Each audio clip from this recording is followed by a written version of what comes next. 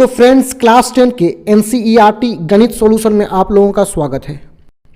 इस वीडियो में हम लोग प्रश्नावली 3.5 के 2 नंबर का 1 नंबर और 2 नंबर यानी दोनों प्रश्नों को सोल्व करेंगे। तो सबसे पहले आइए 2 नंबर का 1 नंबर को सोल्व कर लेते हैं, उसके बाद 2 नंबर को सोल्व करेंगे। तो यहाँ पे है 1 नंबर में 2 का 1 नंबर में ए और बी के किन मानों के लिए निम्नरेखिक समीकरणों के युग्म का मतलब होता है जोड़ा। मतलब नीचे ये जो 2 समीकरण है कि अपरिमित रूप से अनेक हल हैं। कितने? अपरिमित रूप से अनेक हल हैं। मतलब सिंपल है, इन दोनों समीकरण का प्रयोग करके हमें यहाँ पे जो ए और बी का मान दिखाई पड़ रहा है, इन दोनों ए और बी के मान को ज्ञात करना है। और कब ज्ञात करना है? जब दोनों समीकरण के अपरिमित रूप से अनेक हल हो। सिंपल सा है। हम इस प्रश्न को हल करने के लिए सबसे पहले जो दिया हुआ समीकरण है उन दोनों को तो उतार लेंगे। तो दोनों समीकरण क्या है? 2 या 3a प्लस बी माइनस 2। अब देखिए, इन दोनों समीकरणों को हमको हल करने से पहले इन दोनों समीकरणों को व्यवस्थित रूप में लेके चले आएंगे। व्यवस्थित मतलब ये होता है कि बराबर के इस तरफ जो बिना x या y वाला पद है 7 को बराबर के इस तरफ कर देंगे। यहाँ जो आप ये पूरा टर्म देख रहे हैं, इस पूरे को बराबर के इस पार कर देना है। तो सबसे पहले इसको लेते हैं, 2x प्लस 3y 7 बराबर के इधर आएगा तो हो जाएगा -7 बराबर में 0। दूसरा समीकरण को भी लेते हैं, कितना है? a minus B X plus A plus B Y, A plus B Y. ये पूरे टर्म जो बराबर के इस तरफ लेके आएंगे तो हो जाएगा -3a प्लस बी माइनस 2। यानी जब बराबर के इधर आएगा तो इसके सामने में माइनस लग जाएगा, बराबर में क्या हो जाएगा? 0 हो जाएगा। अब सिंपल सा क्या करेंगे, इसको समीकरण 1 का नाम देंगे, ये दूसरा है तो ये हो जाएगा समीकरण 2। अब यहां पे समझिए, हमें ए और बी का मान तब निकालने के लिए बोला है जब समीकरण का अपरिमित रूप से क्या है? अनेक हल है। तो जब अनेक हल होता है तो ये तीनों अनुपात आपस में बराबर होता है। यानी a1/a2 बराबर b1/b2 बराबर c1/c2। तो इस शर्त को प्रयोग में लाने से पहले आइए दोनों समीकरण से a1 b1 c1 a2 b2 c2 को निकाल लेते हैं। तो यहाँ पे सिंपल सा हो जाएगा कि यहां मतलब दोनों समीकरणों में a1 देखिए, a1 होता है समीकरण 1 में जो x के साथ गुना के रूप में रहेगा, 2 है। b1 सब 1 है तो समीकरण 1 में जो y के साथ गुना के रूप में 3 है। c1 हो जाएगा समीकरण 1 में जो अचर पद है बिना x वाला पद, वो -7 हो जाएगा। उसी प्रकार a2 का मतलब समीकरण 2 में जो x के साथ गुना के रूप में क्या है? देखिए a माइनस बी। उसी प्रकार b2 मतलब समीकरण 2 में जो y के साथ गुना के रूप में है क्या है? a plus B. उसी प्रकार c2 होता है समीकरण 2 में जो बिना x वाला पद है। ये पूरा टर्म जो है c2 हो जाएगा। यानी c2 इसके आगे में माइनस है तो माइनस लगा लेंगे, a 3a plus B minus 2, ये c2 हो जाएगा। अब हमें a और b का मान कब निकालना है? जब अपरिमित रूप से अनेक हल हो। तो सिंपल सा लिख लेंगे, अपरिमित रूप से अनेक हल के लिए। तो जब अपरिमित रूप से अनेक हल होता है तो उस परिस्थिति में कंडीशन क्या होता है? ये तीनों अनुपात आपस में क्या होता है? बराबर होता है। तो उसी कंडीशन को लिख लेंगे कि a1/a2 बराबर b1/b2 बराबर क्या होता है? c1/c2 होता है। यानी अनेक हल के लिए ये कंडीशन होता है, उसको उतार लिए। अब मानों को ऊपर से देख करके रख लेंगे। तो यहाँ सिंपल सा आगे बढ़ाएंगे। a1 का मान कितना है? 2 है तो 2 रख लेंगे। a2 का मान कितना है? a माइनस बी, तो a माइनस बी कर लेंगे। बराबर है, बराबर लगा देंगे। b1 का मान देखिए कितना है? 3 है बट्टे b2 का मान कितना है? a प्लस बी, तो सिंपल सा कर लेंगे a प्लस बी। बराबर है तो बराबर को लगा देंगे। c1 का मान देखिए कितना है? c1 का मान -7 है। अब C2 का मान देखिए क्या है, ये पूरा C2 का मान है -A3A प्लस B -2। आइए इसको थोड़ा सा आगे बढ़ा लेते हैं। यहाँ पे देखिए ऊपर नीचे माइनस माइनस कट जाएगा, सिंपल सा। ऊपर में 2 A माइनस बी बराबर करेंगे, ऊपर में 3 नीचे A प्लस बी, दोनों में आप ब्रैकेट लगा सकते हैं, बराबर करेंगे। इस पर 7 है और नीचे में क्या है 3A प्लस बी -2। अब यहाँ पे थोड़ा समझिए, देखिए यहाँ पे ये तीनों टर्म आपस में क्या है, बराबर है। तो हम यहाँ पे क्या करेंगे, किन्हीं दो पद को, यानी एक बार क्या करेंगे, इन दोनों को बराबर करेंगे, इससे एक समीकरण मिल जाएगा। फिर इन दोनों को बराबर करेंगे, उससे दूसरा समीकरण मिलेगा, और दोनों समीकरण को हल करेंगे तो ए और बी का मान हमें प्राप्त हो जाएगा।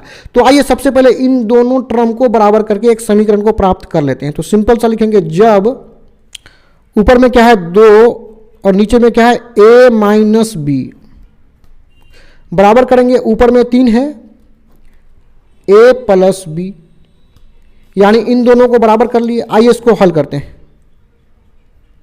देखिए ये A प्लस बी जाकर के 2 से गुना होगा, तो A गुना 2 2A, बीच में क्या है प्लस है, B गुना 2 2B हो जाएगा। अब ये A माइनस बी जाकर के 3 से गुना होगा, तो A गुना 3 3A, बीच में माइनस है, B गुना 3 3B हो जाएगा। अब आइए इसको आगे यहाँ बढ़ा लेते हैं।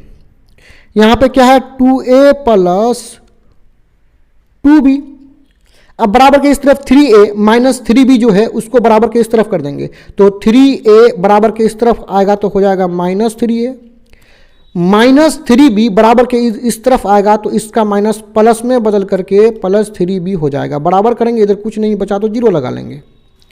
आइए इसको थोड़ा सा और आगे बढ़ा लेते हैं, नीचे ही ले लेते हैं इसको। यहाँ पे देखिए 2A से 3A घटेगा तो -A हो जाएगा। उसके बाद देखिए 2B प्लस 3B कितना हो जाएगा 5B हो जाएगा, बराबर में 0 कर लेंगे। इसको समीकरण 1 मान लेते हैं।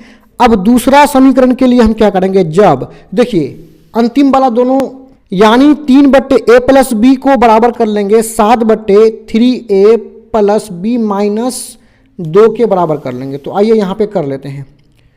तो पहला बीच वाला पद है A 3/A प्लस बी, उसके बाद अंतिम में है 7/3A प्लस बी -2।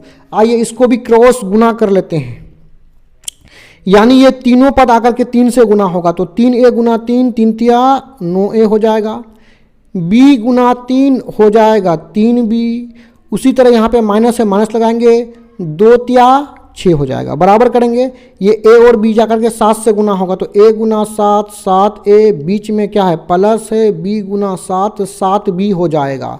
अब सिंपल सा क्या करेंगे, तो इस तरफ सबसे पहले 9A प्लस 3B को लिखेंगे, -6 को बराबर के उधर करेंगे तो इस तरफ और नहीं लिखेंगे, इन दोनों पद को बराबर के इस तरफ लेके आएंगे। इस पार आएगा तो 7A इस पार आएगा तो -7A हो जाएगा, और प्लस 7B इस पार आएगा तो -7B हो जाएगा, और -6 बराबर के इधर जाएगा तो +6 हो जाएगा, लेकिन आगे में यहाँ प्लस लिखा नहीं जाएगा। अब आइए इसको यहाँ पे घटा लेते हैं। A वाले के साथ घटेगा, B वाले के साथ घटेगा, तो 9A से 7A घटेगा तो 2A। अब देखिए 3B से 7B घटेगा तो हो जाएगा -4B, और बराबर में कितना है 6 है। अब यहाँ हम लोग सिंपल सा क्या कर लेंगे, कॉमन निकाल लेंगे। देखिए यहाँ 2 है और 4 भी 2 से कट रहा है, तो हम 2 को कॉमन निकाल लेंगे। जब 2 को कॉमन निकाल लिए, देखिए 2A से 2 को कॉमन निकाल लिए तो क्या लिखा जाएगा, A लिखा जाएगा। तो 4 से यदि 2 को कॉमन निकालेंगे तो क्या बचेगा उसको समझिए। जो भी कॉमन निकालते हैं उससे भाग लगा करके यहाँ पे लिख लेते हैं, तो 2 से 4 को भाग लगाएंगे तो 2 बचेगा, और यहाँ पे क्या है B है, बराबर में क्या है 6 है। आइए इसको आगे बढ़ा लेते हैं।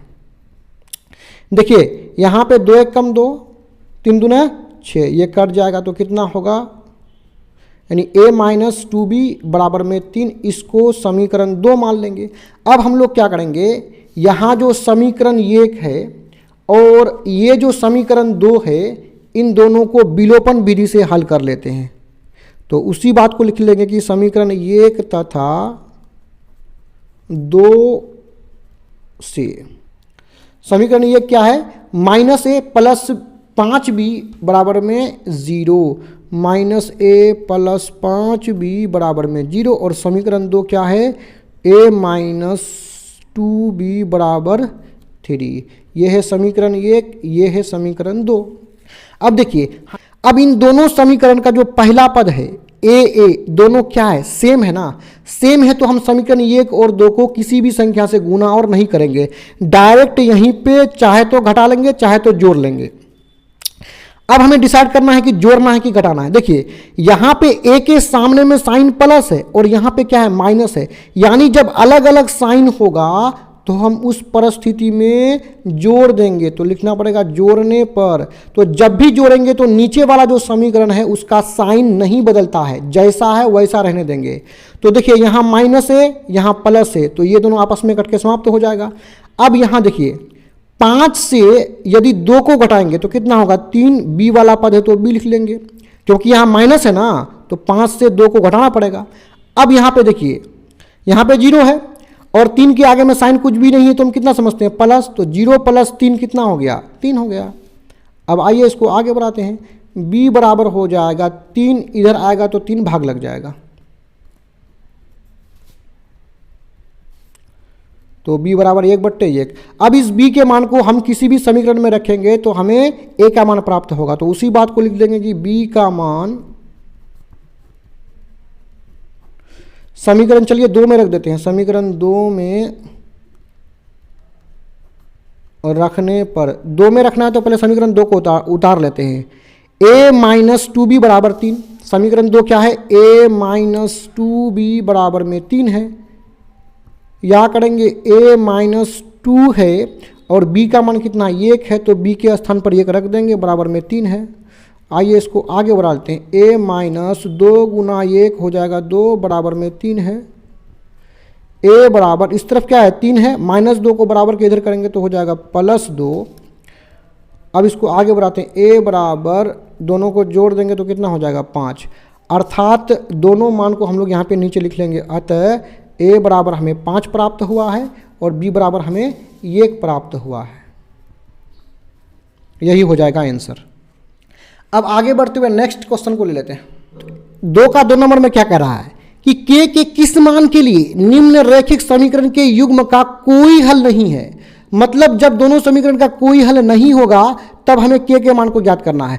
तो सिंपल सा है, सबसे पहले तो दोनों समीकरणों को उतार लेंगे। तो पहला समीकरण है बराबर 2k + 1।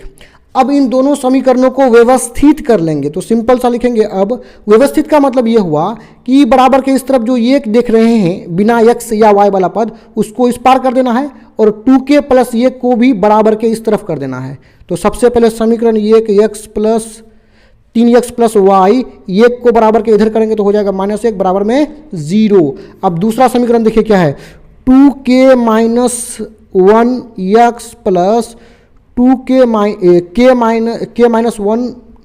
1y।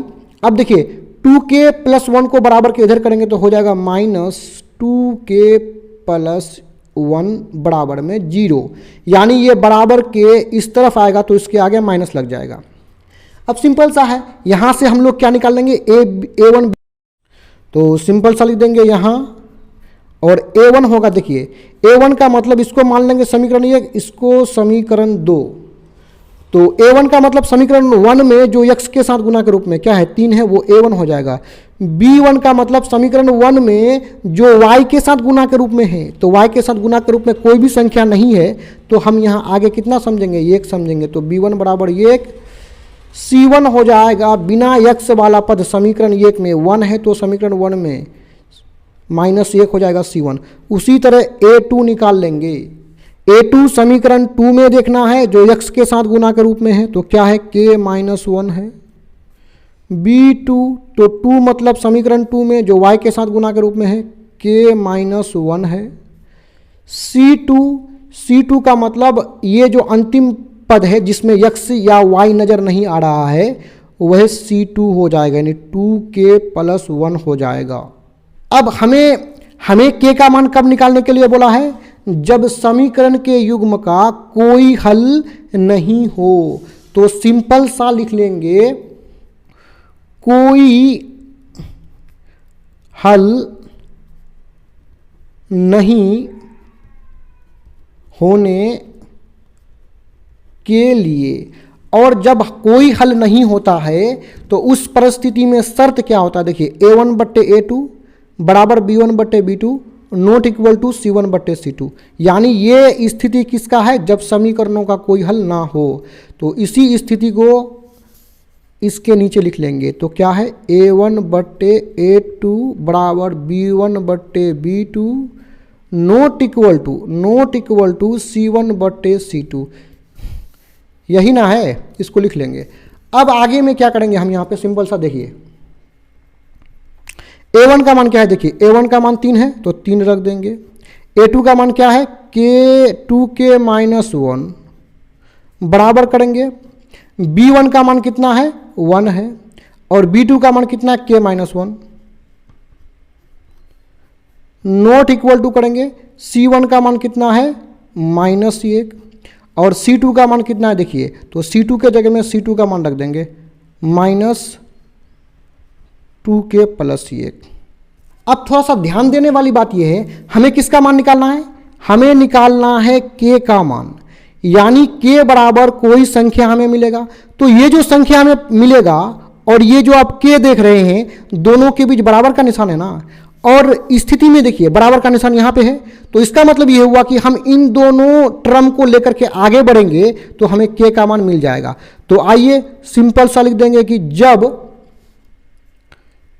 3/2K बराबर 1/K-1। अब यहाँ क्रॉस गुना कर देंगे हम लोग सिंपल सा, यानी ये K जाकर के 3 से गुना होगा तो 3 के बीच में माइनस है, 1 गुना 3 कितना हो जाएगा, 3 हो जाएगा। उसी प्रकार 2K गुना 1 2K हो जाएगा, 2K गुना 1 2K हो जाएगा, माइनस 1 × 1 कितना हो जाएगा, 1 हो जाएगा। अब आइए इसको आगे बढ़ा लेते हैं। यहाँ पे 3K है, इस 3 को हम बराबर के इस तरफ कर देंगे तो इधर और लिखा जाएगा, नहीं जाएगा। इस 2K को बराबर के इस तरफ लेके चले आएंगे तो -2K हो जाएगा, क्योंकि 2K के आगे में कुछ भी साइन प्लस माइनस नहीं है तो हम प्लस समझते हैं, इस तरफ आएगा तो माइनस हो जाएगा। अब इधर क्या बचा, -1 बचा, और -3 को बराबर के इधर करेंगे तो क्या हो जाएगा, इसका माइनस प्लस में बदल जाएगा। सिंपल सा है, इसको आगे बढ़ा लेते हैं। देखिए 3 से 2 घटेगा तो 1 बचेगा, तो क्या हो जाएगा, 1K हो जाएगा। लेकिन यहाँ आगे 1 लिखा नहीं जाता, केवल K लिखेंगे। अब देखिए -1 के आगे में है तो 3 से 1 घटेगा तो कितना बचेगा, 2 बचेगा। अर्थात K का मान यहाँ पे निकल करके कितना आया है, K बराबर 2। यही हो जाएगा अपना आंसर। इस तरह का और भी वीडियोस को देखने के लिए आप हमारे चैनल के प्लेलिस्ट में जाकर के देख सकते हैं। वीडियो देखने के लिए आपका धन्यवाद।